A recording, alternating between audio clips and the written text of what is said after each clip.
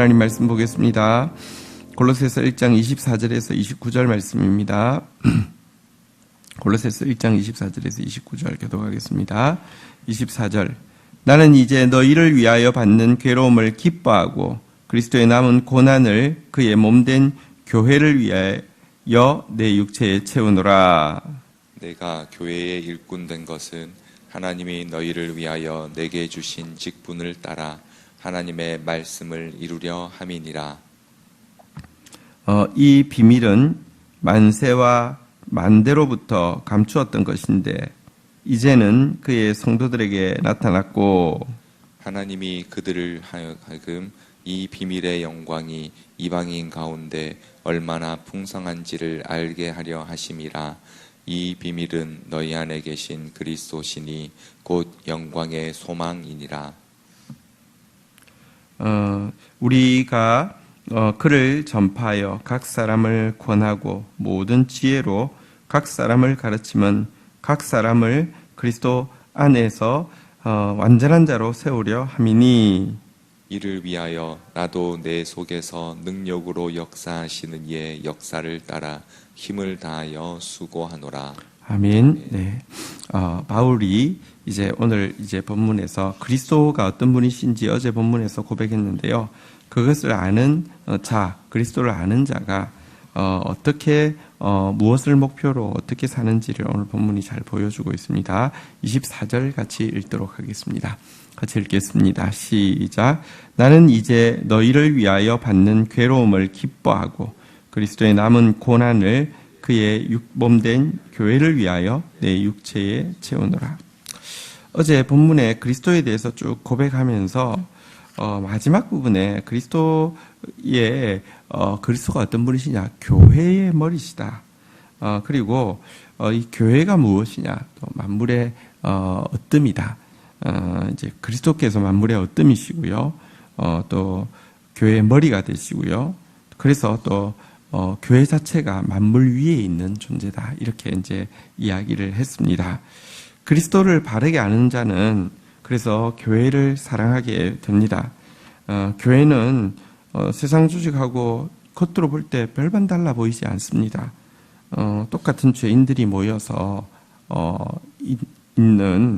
이루고 있는 세상 어떤 모임하고 별반 달라 보이지 않습니다. 완전한 차이가 있는데 그리스도께서 예수께서 머리가 되신 또 하나님께서 직접 이루신 조직이라는 것입니다. 그리고 이 교회를 통해서 지금도 하나님은 세상을 움직이시고요. 세상을 하나님 나라로 바꾸고 계신 것입니다. 이 사실을 아는 바울은요. 나는 다시 말하면 골로새 교회를 부르는 거죠. 골로새 교회를 위해 받는 괴로움을 기뻐한다라고 이야기하면서요. 이 교회 때문에 받는 괴로움을 기뻐한다고 이야기하고요. 여기 보니까 이런 표현이 있죠. 한번 따라하겠습니다. 그리스도의 남은 고난. 그리스도의 남은 고난을 그의 몸된 교회를 위하여서 내 육체에 채우노라. 지금 그가 당하고 있는 옥고와 그가 받고 있는 모든 괴로움을 기뻐하는 이유는 그리스도의 남은 고난을 그의 몸된 교회를 위하여 자기 육체에 채우는 행위로 받아들였기 때문이다 라고 이야기를 하고 있습니다. 그리스도의 남은 고난은 그리스도의 우리를 구원하기 위한 대속에 약간의 조금 부족한 부분이 있다 이런 뜻하고 전혀 상관없습니다.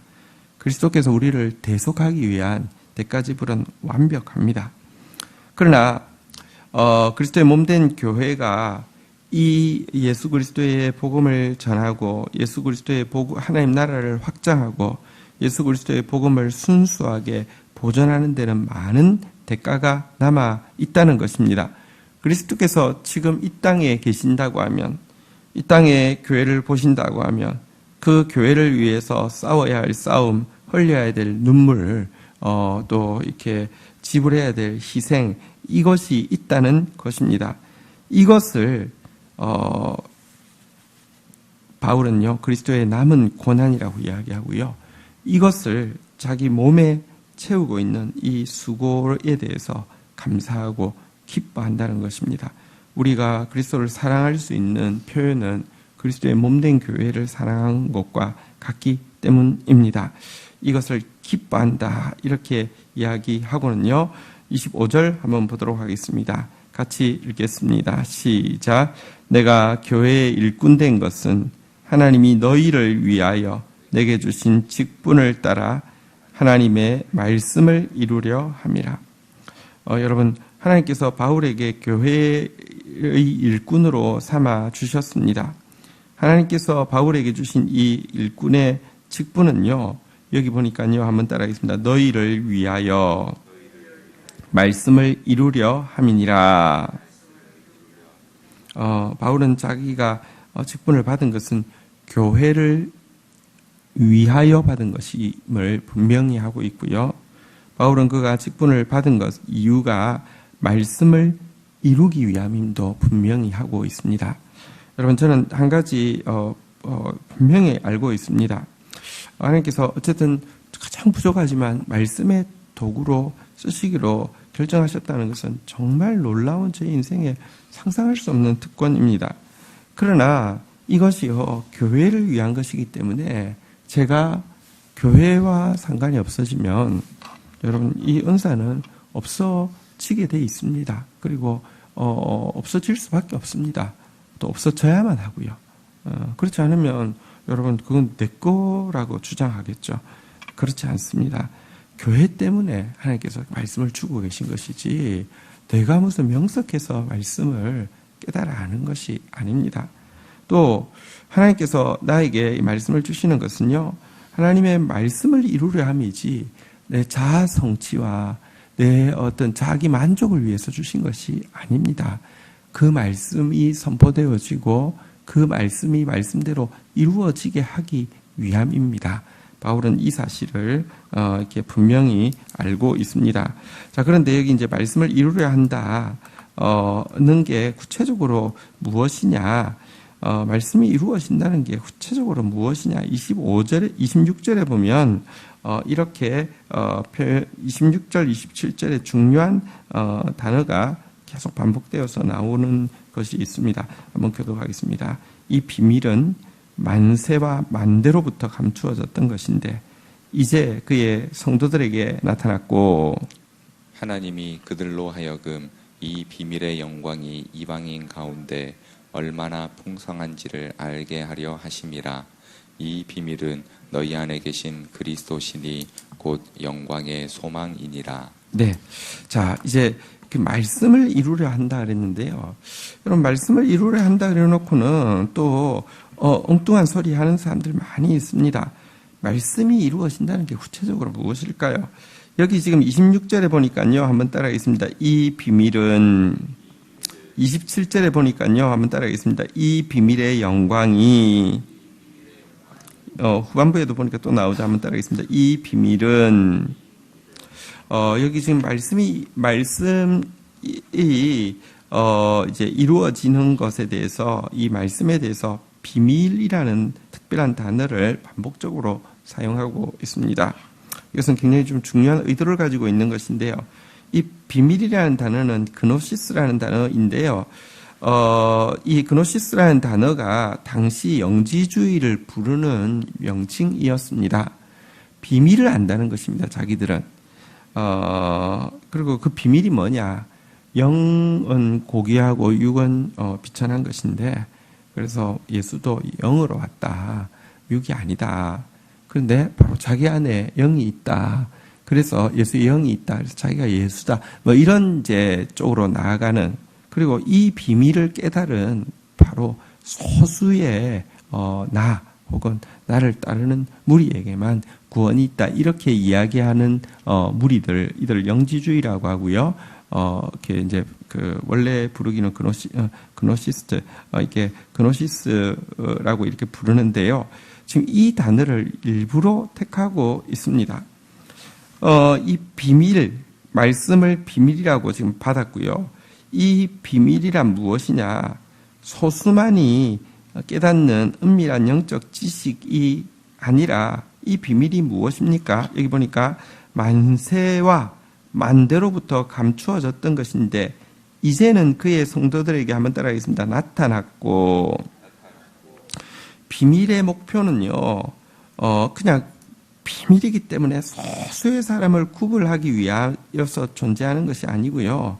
사실은 비밀이었는데 모든 성도에게 분명히 나타났다라고 이야기하고 있습니다. 뿐만 아니라 하나님이 그들로 하여금 이 비밀의 영광이 그리 이방인 가운데 얼마나 풍성한지 한번 따라하겠습니다. 알게 하려 하심이라.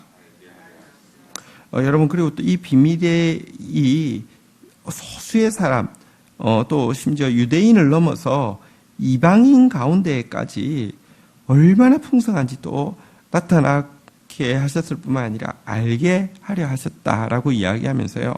자기들만 소수만 독점하고 있고 감추어져 있다라고 이야기하는 것과 전혀 반대의 단어를 쓰고 있습니다. 그렇다면 이 비밀이 무엇입니까? 한번 따라하겠습니다.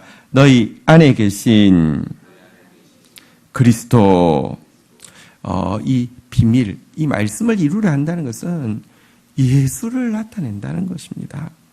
말씀이 이루어진다는 것은요, 예수의 말씀이 이루어진다는 것이고요.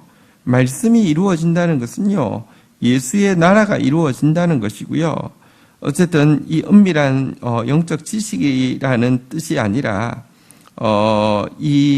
온 인류의 구원의 소망이 되시는 유대인과 이방인 모두에게 나타났고 알려진 우리 속에 들어와 계신 예수 그리스도가 바로 이 말씀이 이루어진다는 것은 예수 그리스도가 온전히 계속 드러나는 것을 이야기한다는 것입니다. 바울은 교회에 일꾼된 그 사명을 다시 한번 이렇게 보면요, 한번 따라하겠습니다. 교회를 일꾼된 것은요, 한번 따라하겠습니다. 교회를 위하여 예수를 위하여 교회를 위하여 일꾼이 되었지 자기를 드러내기 위함이 아니고요. 또한 예수 그리스도를 나타내기 위하여 일꾼이 되었지 자기 과시와 자기 증명을 위한 것이 아니다, 이렇게 이야기를 하고 있습니다. 그리고 동시에 거짓된 영지주의를 대적하면서 모두에게 나타난 바 되었고 모두가 알게 하려 하신 우리 안에 계신 그리스도가 진실한 비밀이다, 이렇게 이야기를 하고 있습니다. 여러분, 하나님은 이 비밀 대신 예수 그리스도를 우리에게 나타내셨습니다. 지금도 예수는 비밀입니다. 그러면서도 또 나타났고 알게 된 비밀입니다. 겸손하지 않으면 누구도 알 수 없습니다. 그러나 겸손하기만 하면 완전하게 풍성하게 영광스럽게 나타나시는 분이 예수 그리스도이십니다. 어쨌든 이 예수 그리스도를 위하여, 교회를 위하여 이제 그리스도의 남은 고난을 자기 육체에 채우는 것을 기뻐하면서 그의 사명을 감당하고 있던 바울이요, 28절에 이렇게 그가 사역하면서 가지고 있는 목적과 또 방법에 대해서 이렇게 이야기합니다. 먼저 목적을 이렇게 소개하고 있습니다. 28절입니다. 같이 읽겠습니다. 시작.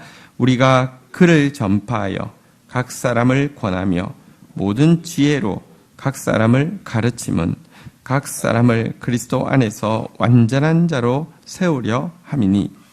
자, 바울이요, 전파하고 있고요, 권면하고 있고요, 또 가르치고 있다라고 이야기를 하고 있습니다.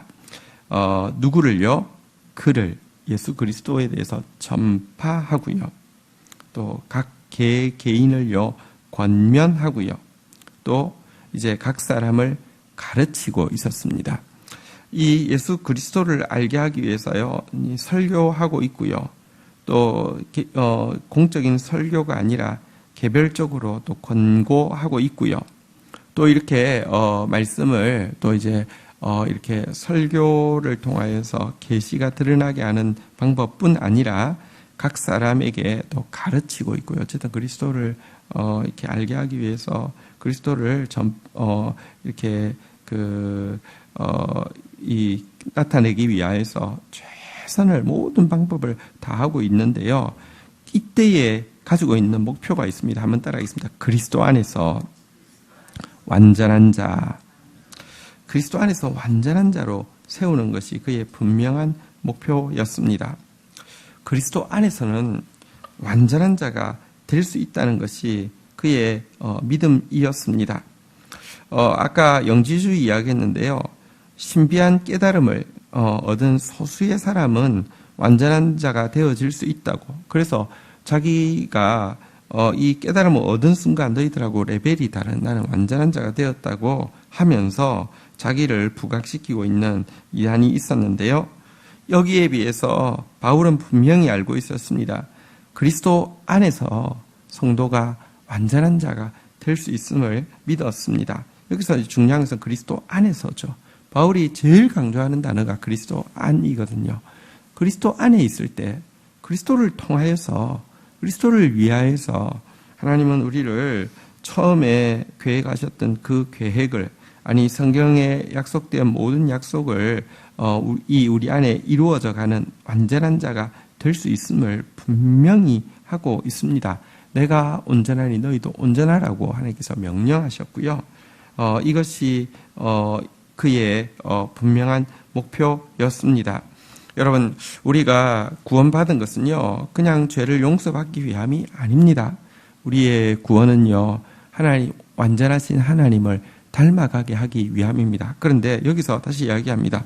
완전을 추구하는 게 기독교냐? 그리스도 빼고 완전을 추구하는 것이 사탄입니다.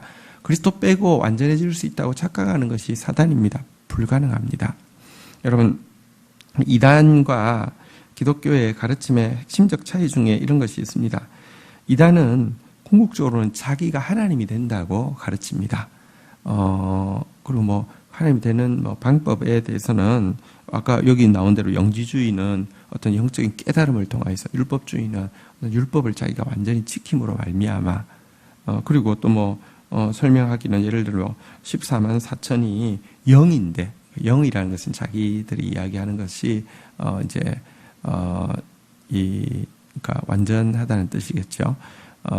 이게 우리가 예를 들면 영지주의로서 이렇게 선택이 되거나 율법주의로서 어쨌든 선택이 된다고 하면 영지주의 이단들도 자기들이 14만 4천이라고 하고 율법주의 이단도 자기들이 14만 4천이라고 얘기하는데 그러면은 하늘에서 그 마지막 순간이 되면 영이 14만 4천에 영이 내려와 가지고 그래서 바로 내가 바로 하나님이 된다 이렇게 이야기를 합니다.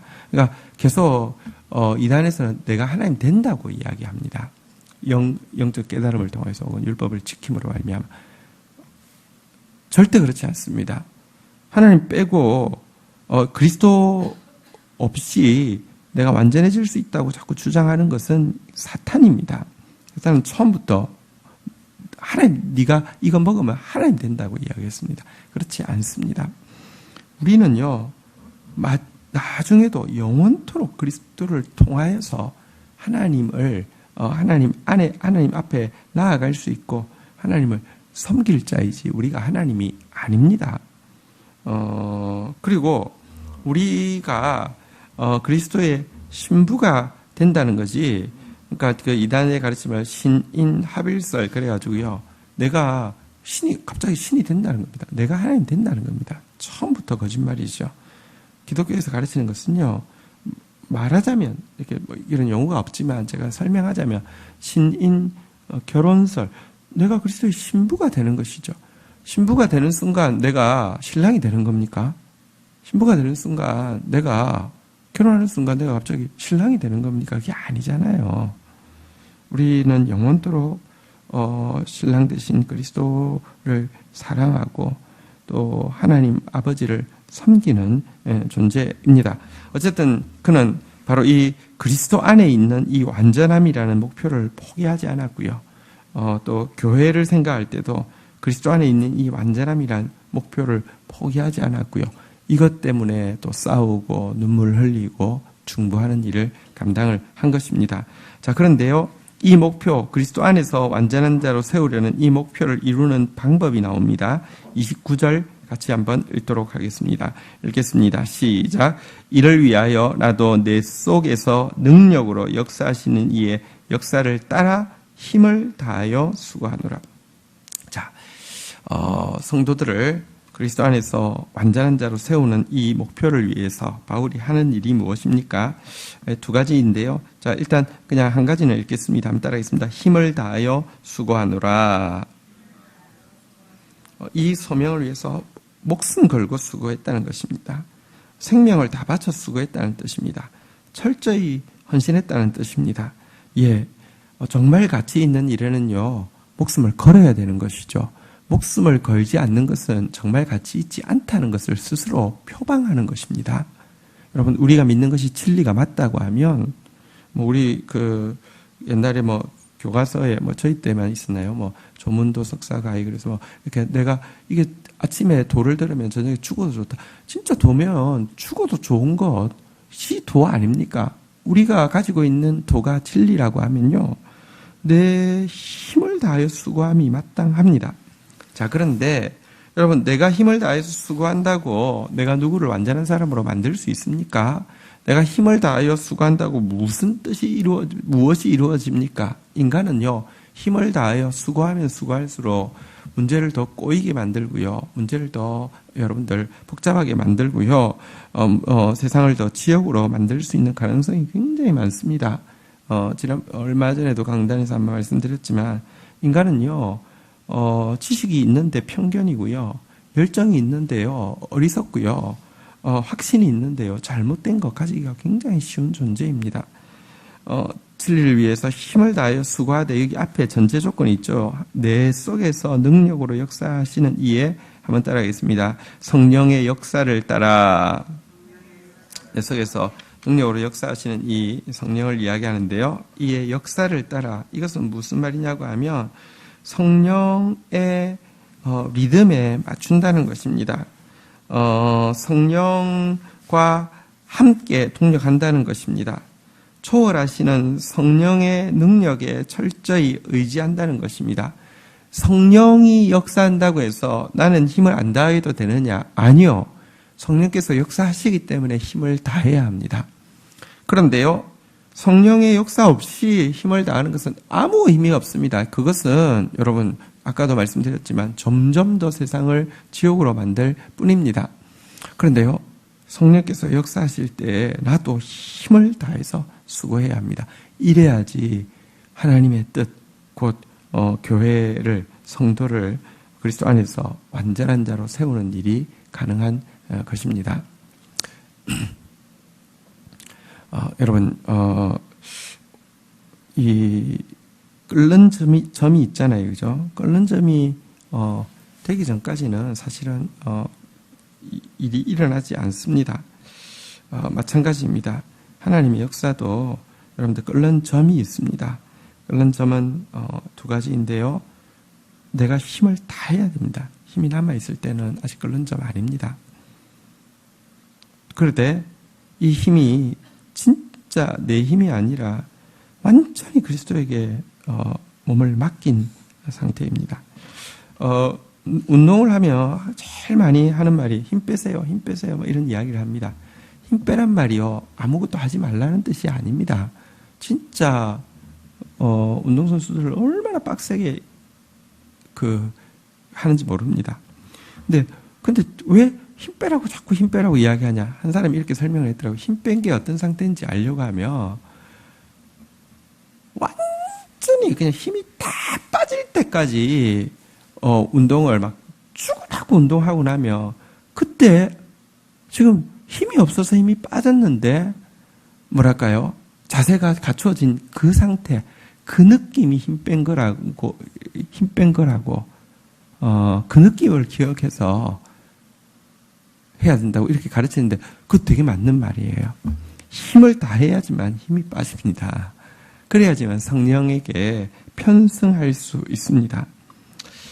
어쨌든 오늘 이 바울이 교회를 향해 가지고 있는 이 고백들, 또 교회를 향해 가지고 있는 이 헌신들, 이것이 또 교회를 향해 가지고 있는 이 목표, 이것이 저와 여러분들의 또 영광스러운 목표가 헌신이 되기를 주의 이름으로 축원드립니다. 주신 말씀 붙잡고 우리 주님 앞에 나아가 기도하는 시간 가지도록 하겠습니다. 함께 기도하시겠습니다.